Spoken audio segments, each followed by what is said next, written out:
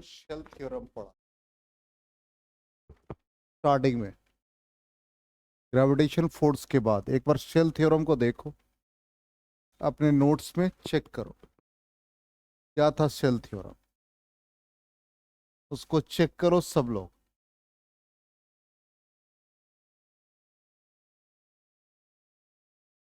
Check किया? ये तो हम लोग डिस्क का प्रीवियस क्लास में निकाल चुके थे।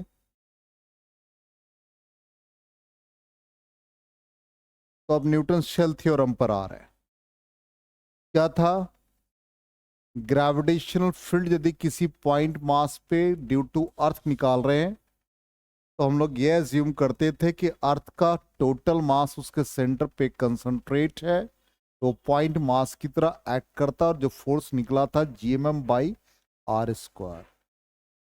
और दूसरा इनसाइड हॉलो स्फेरिकल शेल जिसका यूनिफॉर्म डिस्ट्रीब्यूशन ऑफ मासेस है, उसके अंदर कोई भी पॉइंट मास सिचुएटेड है तो उस पर लगने वाला फोर्स 0। इसी चीज का एक्सप्लेनेशन पढ़ेंगे। न्यूटन शेल थ्योरम में हम देखेंगे कि इनसाइड हॉलो स्फेरिकल, ये इनफैक्ट हॉलो स्फेरिकल है, वो जो कि इसके पिक्चर हमने ड्रॉ कर रखा है, तो ये अंदर हॉलो है। इसका बैकग्राउंड हम रिमूव करना भूल गए, इसको हॉलो स्फीयर ही मान रहे हैं। अब इस हॉलो स्फीयर के एलिमेंट्री पोर्शन को कंसिडर कर रहे हैं। ये हमारा हॉलो स्फेरिकल शेल है जिसका एक थोड़ा सा थिकनेस ऐसे हमने शो किया। यहां पर एक एलिमेंट्री मास कंसिडर किया इस पार्ट पे, जिसको डीएम से रिप्रेजेंट किया। अलोंग द एक्सिस किसी पॉइंट पर एक पॉइंट मास सिचुएटेड है जिसको एम से रिप्रेजेंट किया यहां पर।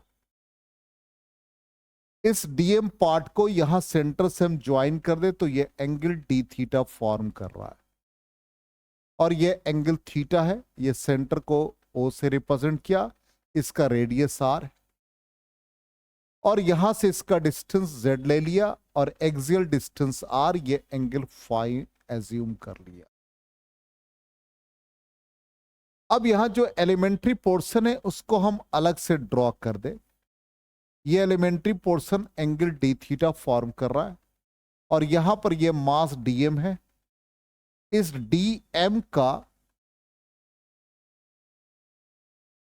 एक तरह से कहे, इस आर्क का वैल्यू कितना होगा? ये रेडियस आर है, तो theta is equal to arc by radius, इसलिए इस पार्ट का वैल्यू आर डी थीटा हो जाएगा। अब यहां पर जो एक एलिमेंट्री पोर्शन ये जो कंसिडर किया है, ये वाला पार्ट जहां डीएम है, इसका रेडियस हमने एक्स मान लिया। ठीक, इसका रेडियस एक्स मान लिया। ये हमारा आर का वैल्यू है। तो एक्स का मतलब इस एलिमेंट्री पोर्शन जो हमारा एक थिन फिल्म की तरह है जिसका रेडियस एक्स है, इसको हम अलग से ड्रॉ कर दे जिसका रेडियस एक्स है। अब ये एंगल थीटा बना रहा है, ये वैल्यू हमारा यहां से आर है, तो इसका वैल्यू हो जाएगा आर साइन थीटा। इसलिए इस एलिमेंट्री रिंग का रेडियस बन गया आर साइन थीटा। इसका मतलब ये जो एलिमेंट्री रिंग है इसका एलिमेंट्री मास निकाल सकते हैं हम लोग। इस एलिमेंट्री मास का वैल्यू क्या होगा जो हमने यहां पर कंसिडर किया? ये total mass by total area. Area किसका? स्फीयर का, 4 पाई आर स्क्वायर। इस रिंग का एलिमेंट्री एरिया डीए लिख देंगे। यहां इसको वैल्यू सब्स्टिट्यूट कर दे, 4 पाई आर स्क्वायर। एलिमेंट्री एरिया क्या बन गया? इसका सरकमफ्रेंस इनटू थिकनेस। सरकमफ्रेंस का मतलब इसका रेडियस x है तो 2πx और थिकनेस dx, और इस dx का वैल्यू कितना है आपके पास, r d थीटा है, और x का वैल्यू डाल दो तो dm आपको मिल जाएगा। देखो dm कितना आ रहा है, m by 4 pi r square हो गया, ये 2 पाई x की जगह पर r साइन थीटा, और ये r d थीटा। सॉल्व करेंगे तो क्या आ जाएगा, चेक करो, ये बन जाएगा m by 2 sine theta d theta. अब याद करो, हम लोगों ने जब इस क्वेश्चन को स्फेरिकल शेल का वैल्यू जब निकाला था, या स्फेरिकल शेल का मोमेंट ऑफ इनर्शिया निकाला था, तो वहां भी इसका elementary mass m by 2 sine theta d theta आया था। तो ये वैल्यू यदि आपको याद रहेगा तो आपको निकालने की जरूरत नहीं है। अब यहां पर गौर से देखिए, यहां हमने एलिमेंट्री मास dm लिया, हम न्यूटन शेल थ्योरम की बात कर रहे हैं, तो हम पहले फोर्स निकालेंगे और इंटेंसिटी भी निकाल लेंगे। तो यहां जो dm स्फेरिकल शेल पर मास है और यहां जो पॉइंट मास है, इन दोनों के बीच एक फोर्स ऑफ अट्रैक्शन होगा, और इस फोर्स ऑफ अट्रैक्शन को हम df से रिप्रेजेंट कर रहे हैं। तो इसका कंपोनेंट df cos फाई इस डायरेक्शन में चला जाएगा। इसका मतलब ऐसे ही यहां पर भी dm लेंगे तो इसका फोर्स इधर df एक्ट करेगा, फिर df cos फाई इधर, df sin फाई इधर, df sin फाई इधर, sin फाई वाला पार्ट क्या होगा, कैंसिल हो जाएगा।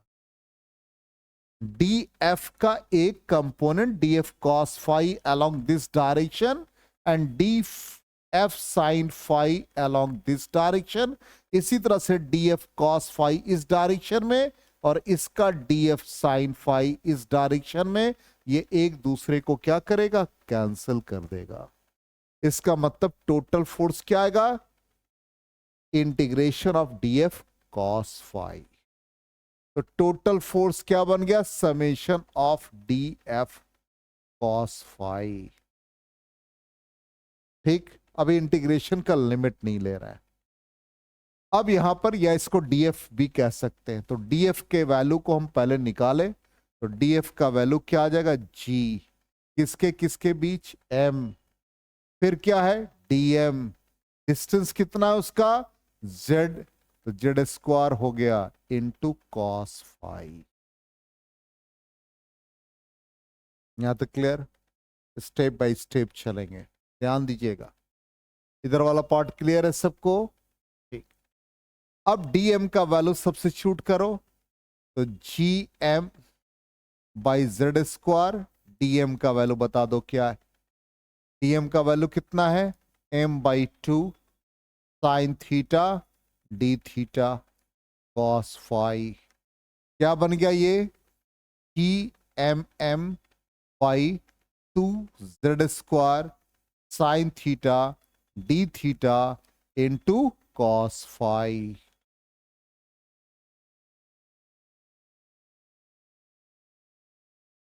क्लियर है यहां तक,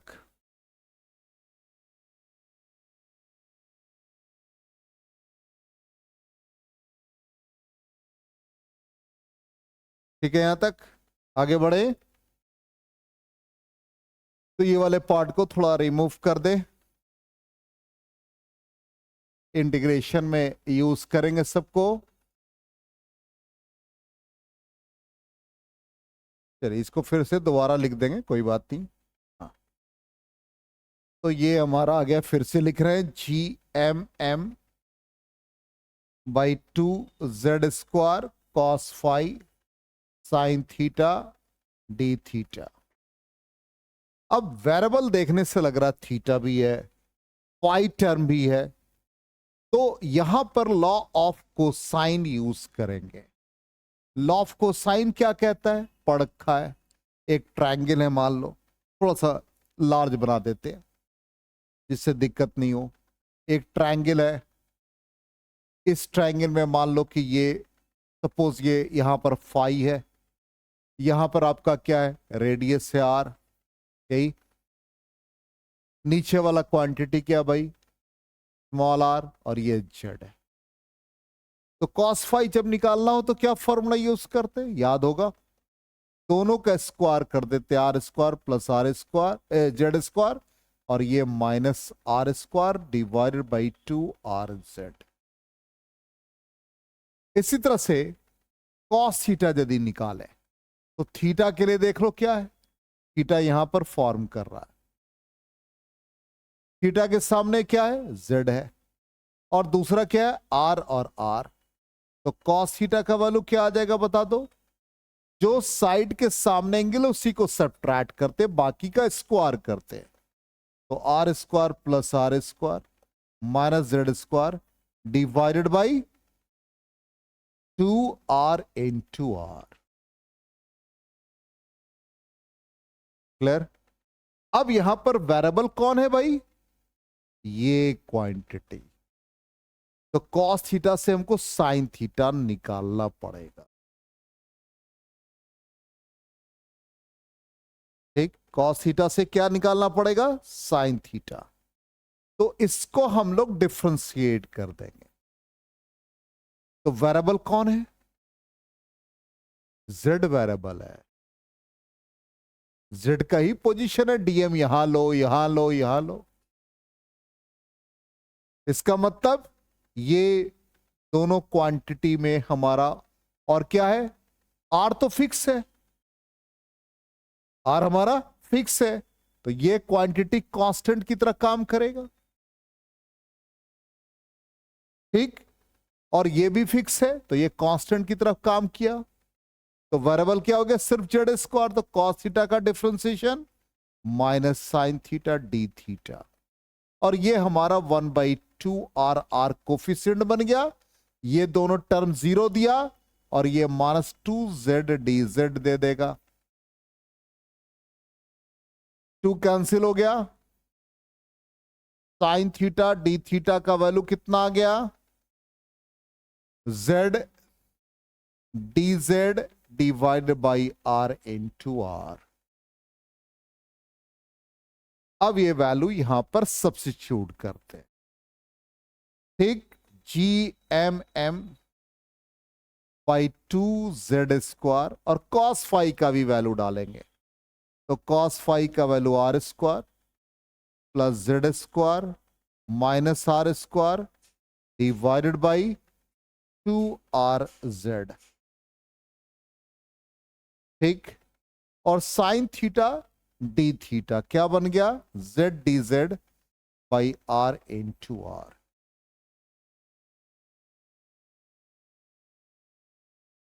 ठीक, अब गौर से देखो कौन कौन सा क्वांटिटी कैंसिल होगा,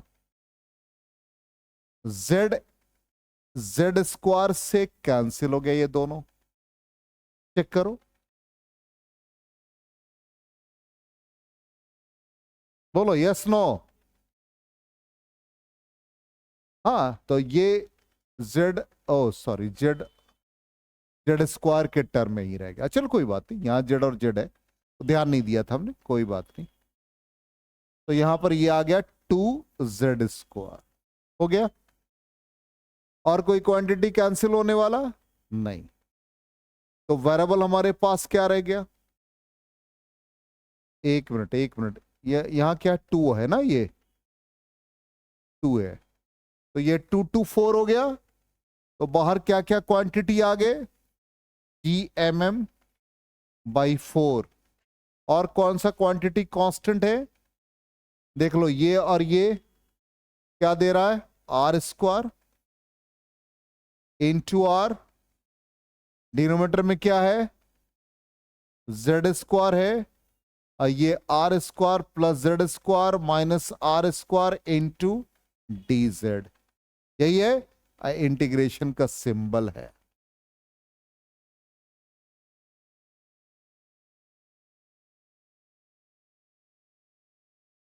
ठीक, अब ये वैल्यू को हम लोग चेक कर ले, और फिर हम लोग इंटीग्रेट करते हैं। सारे वैल्यू सामने रखा है, इरेज कर रहे हैं ये पार्ट को,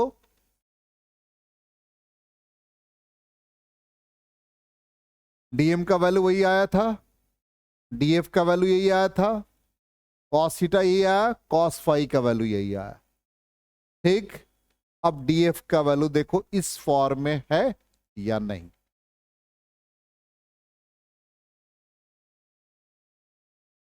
सारे क्वांटिटी है। ठीक, अब हम लोग इसको इंटीग्रेट करेंगे। तो इंटीग्रेशन का लिमिट हमारा क्या होगा, तो टोटल एफ हम लोग कैरी कर ही रहे हैं। ठीक, ये quantity G M M divided by 4r R square हो गया, और ये क्वांटिटी हम इसमें डिवाइड कर दे तो ये 1 हो जाएगा ये वाले पार्ट में, plus R square minus R square by Z square हो जाएगा, इनटू डी जेड बन जाएगा। यस नो, इंटीग्रेशन इससे इजी हो जाएगा। अब लिमिट ऑफ इंटीग्रेशन क्या होगा, यहां से यहां तक हमारा आर है, ये वैल्यू हमारा आर है, इसका मतलब बाहर का वैल्यू हो गया आर माइनस आर, जो कि z के बराबर है अप्रॉक्स। इसका मतलब लोअर लिमिट हमारा r माइनस आर हो गया, और अपर लिमिट क्या बनेगा, r प्लस आर।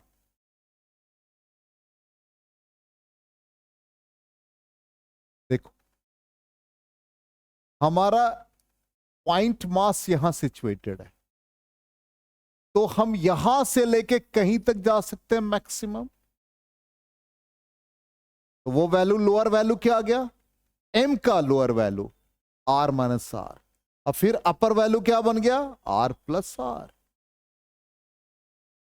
ठीक, अब ये क्वांटिटी आ गया G M M divided by 4r into R square.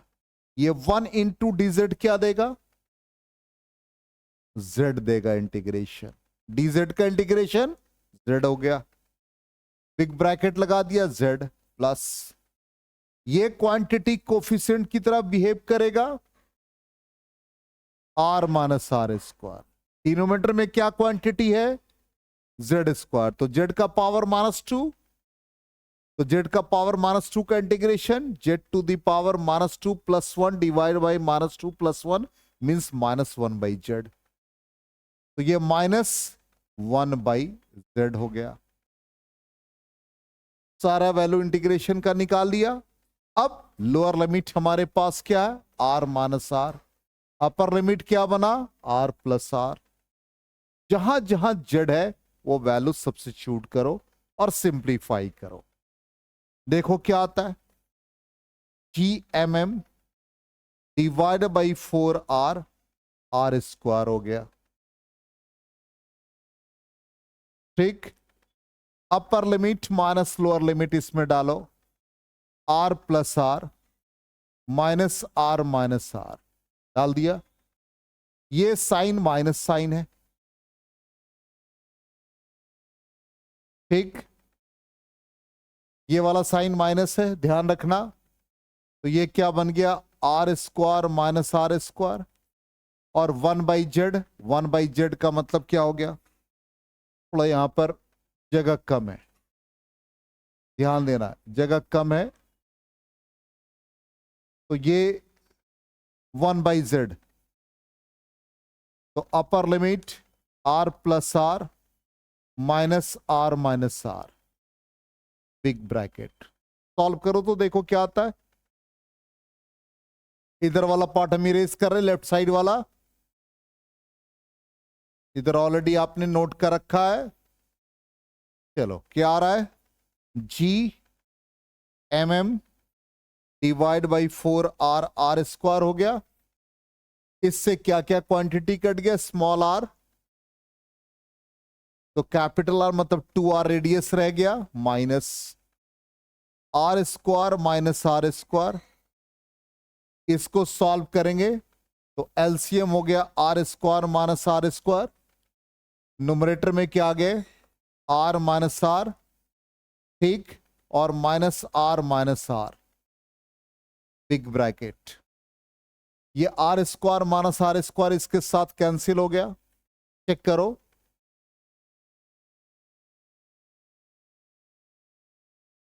हो गया। अब क्या क्वांटिटी बचा? G M M divide by 4R R square, ये 2R, और यहां पर देखो ये R और R कट गया, -2R minus minus plus 2R, ये क्या बन गए? 4R।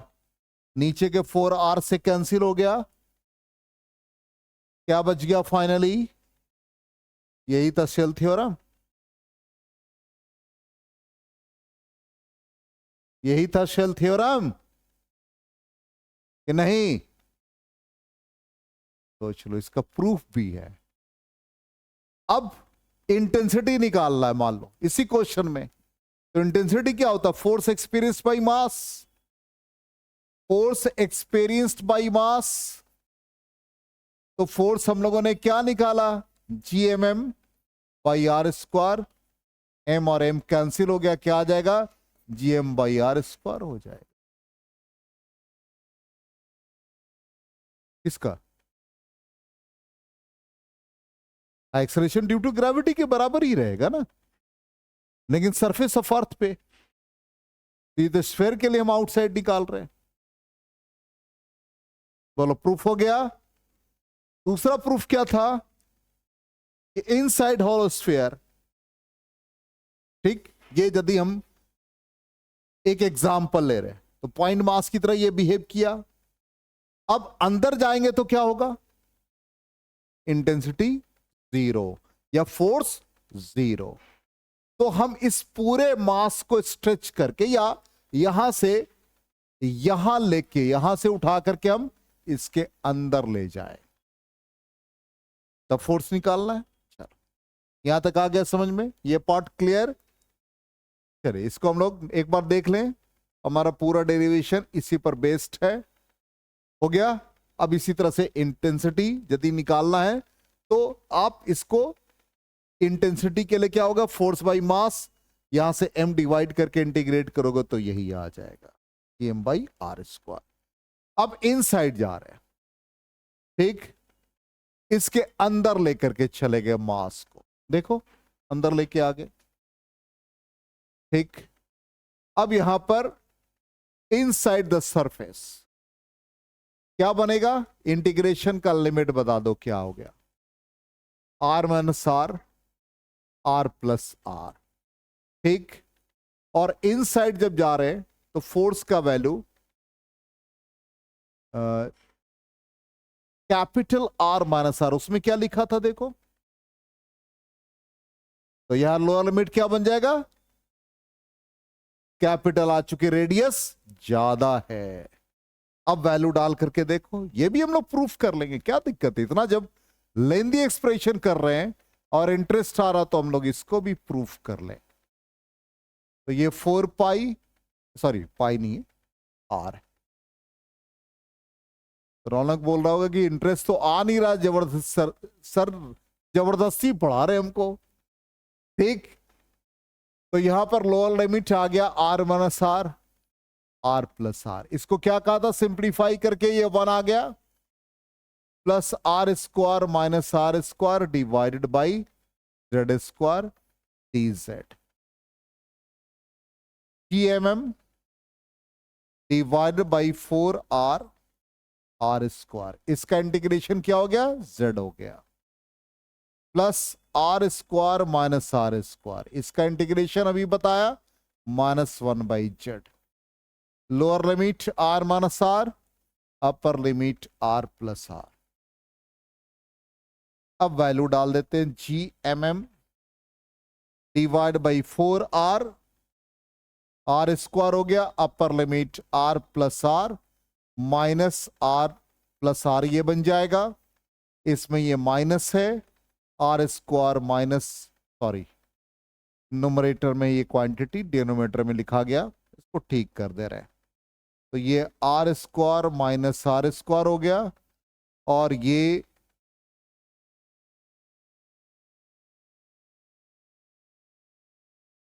सेकेंड वाले में कहां पर?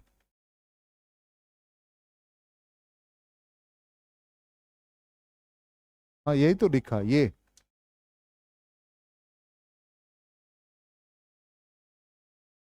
हाँ तो ये तो वैल्यू हमारा नहीं, इस न्यूमेरिकल वैल्यू को नहीं बदल सकते, लिमिट ऑफ इंटीग्रेशन को बदल रहा है। अब यहां पर ये z है तो ये आ गया 1/r plus R minus 1/r-r। चलो इसको सॉल्व करो, देखो क्या आ रहा है। यहां से ये r और r कट गया, mm divide by 4r r square हो गया, ये बच गया 2r माइनस ये quantity R square minus R square हो गया, एलसीएम बन गया R square minus R square, यहां पर R minus R minus R minus R. ठीक, ये क्वांटिटी यदि हम कैंसिल करना चाहें तो यहां पर क्या बन जाएगा, ये चेक करो, यहां पर ये आर और आर कैंसिल हो गया। ठीक, अब ध्यान देना, इस क्वांटिटी में हम माइनस इसमें कॉमन ले ले तो ये क्वांटिटी इसके साथ कैंसिल होगा, तो माइनस माइनस ये क्या बन जाएगा, प्लस बन जाएगा, और ये क्या आ गया 2r, और माइनस 2r क्या दे देगा, 0। तो फोर्स अंदर 0 तो इंटेंसिटी भी इनसाइड 0 आ जाएगा। क्लियर हो गया 100%? कोई कंफ्यूजन किसी को नहीं है?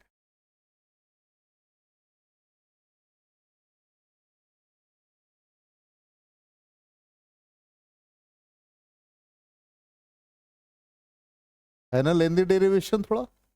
हाँ, इरेज करें। अब यहां पर वही चीज हम लोगों ने पढ़ा था कि gravitation force at a point outside the earth is just as if the entire mass of the earth is placed at its centre. ठीक, कंसंट्रेटेड वही है। तो ये हम लोगों ने पढ़ा था कि मास m है, पॉइंट मास यहां है, तो दोनों के बीच का फोर्स gmm/r स्क्वायर, और force of attraction due to hollow spherical sphere of uniform density situated inside the hollow spherical shell is 0। दोनों के बीच जो फोर्स होगा वो 0 होगा। क्लियर?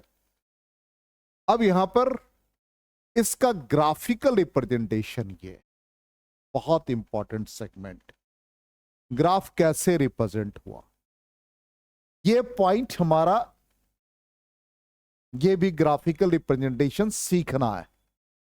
ये हमारा हो गया सेंटर, सेंटर पर इंटेंसिटी कितना है भाई, 0। ठीक, अब हम लोग यहां तक जाते हैं तो इंटेंसिटी का वैल्यू वही रह जाता है।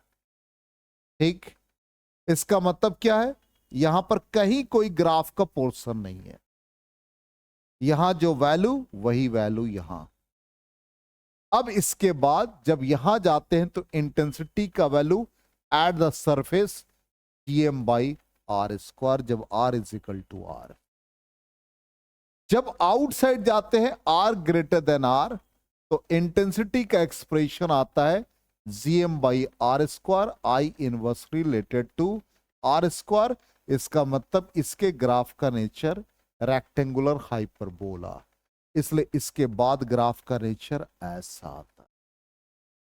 इसका मतलब यहां तक कोई पोर्शन कुछ नहीं बनेगा, यहां तक हम लोग सिंपल ऐसे ही रखेंगे, सीधा यहां पर y एक्सिस पर i लिखेंगे, r is equal to r लिखेंगे, ये ओरिजिन है, ये लेस देन r है, ये ग्रेटर देन r है। इसके बाद ग्राफ ऐसे वैरी कर रहा है इनसाइड और सरफेस तक, नो वेरिएशन, आई का वैल्यू 0। यदि आप इसको और अच्छे से दिखाना चाहते हैं तो आप ऐसे कर देंगे यहां पर, या ऐसा आपको हो सकता है कि एग्जाम में या ऑप्शन हम लोगों को ग्राफ का मिलेगा तो ऐसे डार्क लाइन रहेगा, और ये इसका मतलब इंटेंसिटी यहां तक 0 है, और फिर उसके बाद वेरिएशन है। आ गया समझ में ग्राफ का नेचर? तो डायरेक्ट एक्सप्रेशन याद रखते तो शायद ग्राफ उतना नहीं समझ में आता।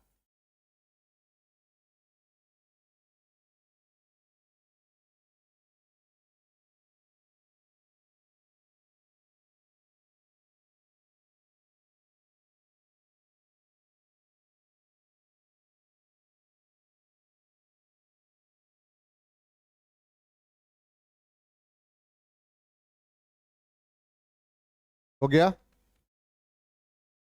इरेज करें।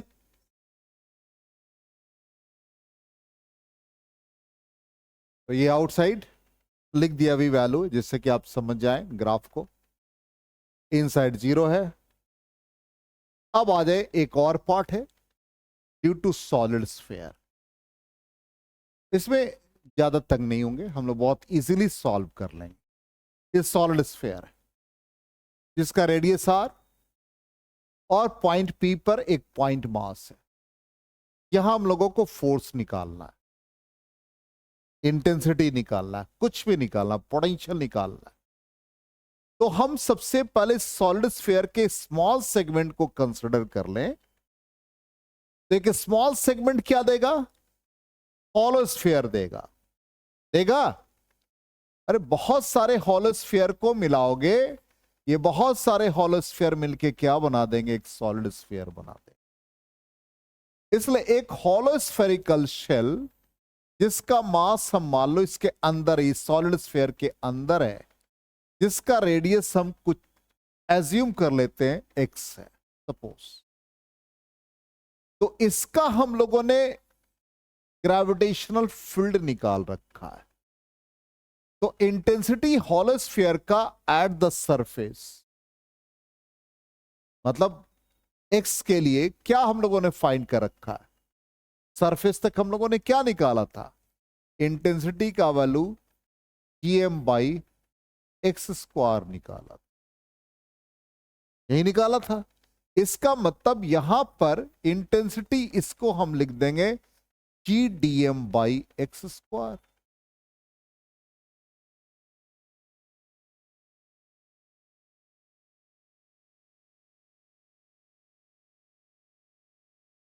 क्लियर। अब इसी बेसिस पर देख लो, यहां पर वही चीज हमने मैथमेटिकल ट्रीटमेंट भी किया। यहां पर देख लो क्या बना, G D M by X या आर। ठीक, तो यहां पर आर स्क्वायर। अब हमारे लिए इंटेंसिटी का वैल्यू क्या निकला, ये तो निकला एलिमेंट्री मास फॉर दिस और एट ए पॉइंट पी, ये वैल्यू आ गया। तो ये डी आई का वैल्यू आया G D M by R square. तो आई जब निकालेंगे तो इसको क्या करेंगे, इंटीग्रेट कर देंगे। अब वेरिएबल यहां पर क्या है, जिसमें डी टर्म है, इसका मतलब जी बाई आर स्क्वायर, वेरिएबल मास है। इसका मतलब ये पूरा ये मास डीएम है, और इसको इंटीग्रेट करेंगे तो होल मास मिल जाएगा स्फीयर का। तो ये क्या बन गया, जी बाई आर स्क्वायर, और इसका इंटीग्रेशन डीएम का एम हो गया। तो फाइनली ये क्या बन गया, G M by R square बन।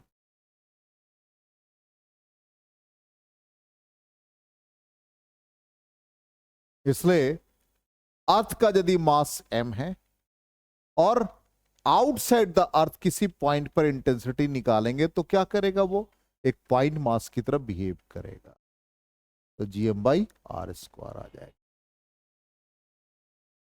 तो फाइनली ये आ गया।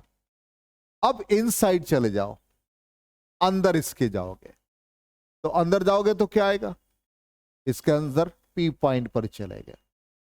ठीक, तो क्या करेंगे, यहां का मास अलग होगा, तो रिजल्ट हमारा ये आएगा। तो कैसे निकालेंगे बोलो, इसके इनसाइड जाएंगे तो इंटेंसिटी हमारा I इज इक्वल टू जो फॉर्मूला है G D M by R square, यहां डीएम चेंज हो जाएगा। अंदर इस पोर्शन के लिए, यहां के लिए मास क्या होगा, तो जो डीएम है, डीएम का वैल्यू के निकालने का क्या तरीका सिखाया था, total mass by volume, solid sphere है तो 4/3 pi R cube, into elementary volume, तो इस पोर्शन का एलिमेंट्री वॉल्यूम, इसका रेडियस कितना, आर, तो एरिया इनटू थिकनेस हो जाएगा। तो एरिया क्या बना, होल स्फीयर है, तो 4 पाई, बोलो, या सॉरी यहां पर आर तो ऑलरेडी मान ही रखा, तो इसको इसका वॉल्यूम ही निकाले, वॉल्यूम के टर्म में है ना, नॉट एरिया, वॉल्यूम के टर्म में।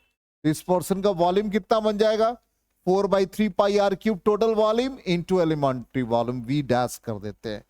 तो m/4/3 पाई r³ और इसका वॉल्यूम 4/3 पाई r³। तो क्या रिजल्ट आ गया, mr³ हो गया।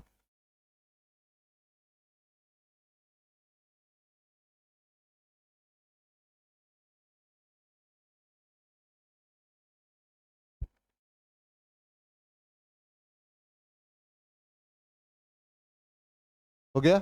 अब ये वैल्यू इसमें सब्स्टिट्यूट करो, तो I is equal to integration g/r² dm का वैल्यू डाल दो, क्या बना ये, mr³ ठीक,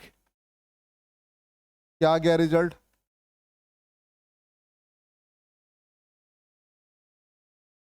डीएम को तो इंटीग्रेट करके हमने डाल ही दिया।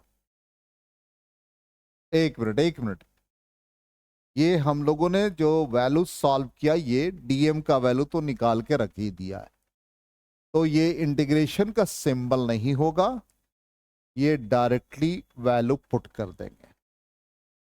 तो ये आ गया g/r², m, ये इंटीग्रेशन gm, इसको ऐसे लिख देते कंफ्यूजन ना हो, ऐसे, और डीएम का वैल्यू ये पुट कर देना। तो डीएम का वैल्यू पुट करेंगे तो क्या आ गया, mr³/r³।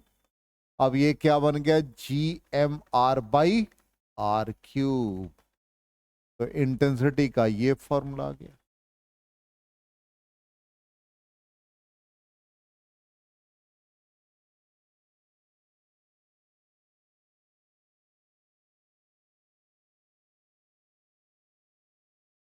हो गया, तो इनसाइड भी हो गया, आउटसाइड भी हो गया। अब इसके ग्राफिकल व्यू पर आ जाए, तो ग्राफिकली क्या होगा, अब देखो क्या क्या है, कहां कहां पर आपने फाइंड किया,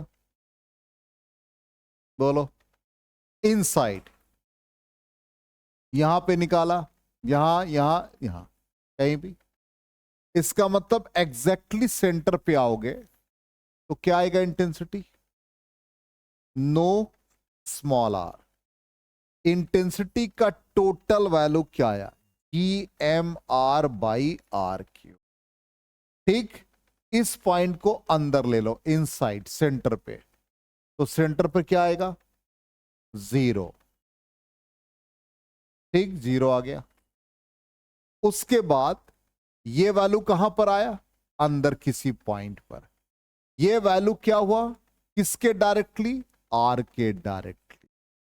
जब भी डायरेक्टली होता तो ग्राफ का नेचर स्ट्रेट लाइन, तो यहां पर I directly proportional to r का ग्राफ स्ट्रेट लाइन, कहां तक गया भाई, ये सरफेस तक गया, सरफेस के बाहर आ गए, जिसको हम आर ग्रेटर देन आर कह रहे हैं। तो आर ग्रेटर देन आर के लिए क्या बना, आर ग्रेटर देन आर के लिए फॉर्मूला ये बना, तो आई इज इक्वल टू क्या बन गया, gm/r²। इसका मतलब intensity inversely proportional to square, इसका मतलब ग्राफ का नेचर क्या आएगा, इंटेंसिटी और आर के बीच रेक्टेंगुलर हाइपरबोला, इसलिए इसके बाद क्या बोला, हाइपरबोला, ये हाइपरबोला आ गया फॉर्म। तो ये ग्राफ क्या रिप्रेजेंट कर रहा है, इनवर्सली। ऐसे भी आप ग्राफ बनाओगे तो ज्यादा इजी रहेगा, समझ में भी आता रहेगा, I directly proportional to r, inversely related to r²।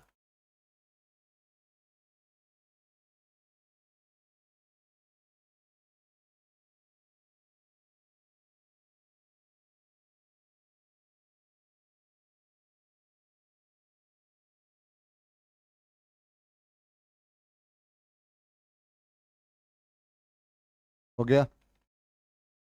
तो हॉलोस्फीयर सॉलिड स्फीयर दोनों वाला पार्ट हम लोगों ने कंप्लीट कर लिया। यही हमारा आउटसाइड का, और फिर ये हमारा ऑन द सरफेस था, और फिर हमारा इनसाइड द सरफेस। वैल्यू लिख के आप सिंप्लीफाई कर सकते हैं। तो आज हम लोग यहीं तक करेंगे, कल हम लोग ग्रेविटेशनल पोटेंशियल एनर्जी पढ़ेंगे। ठीक है, कल की क्लास में आगे बढ़ते हैं।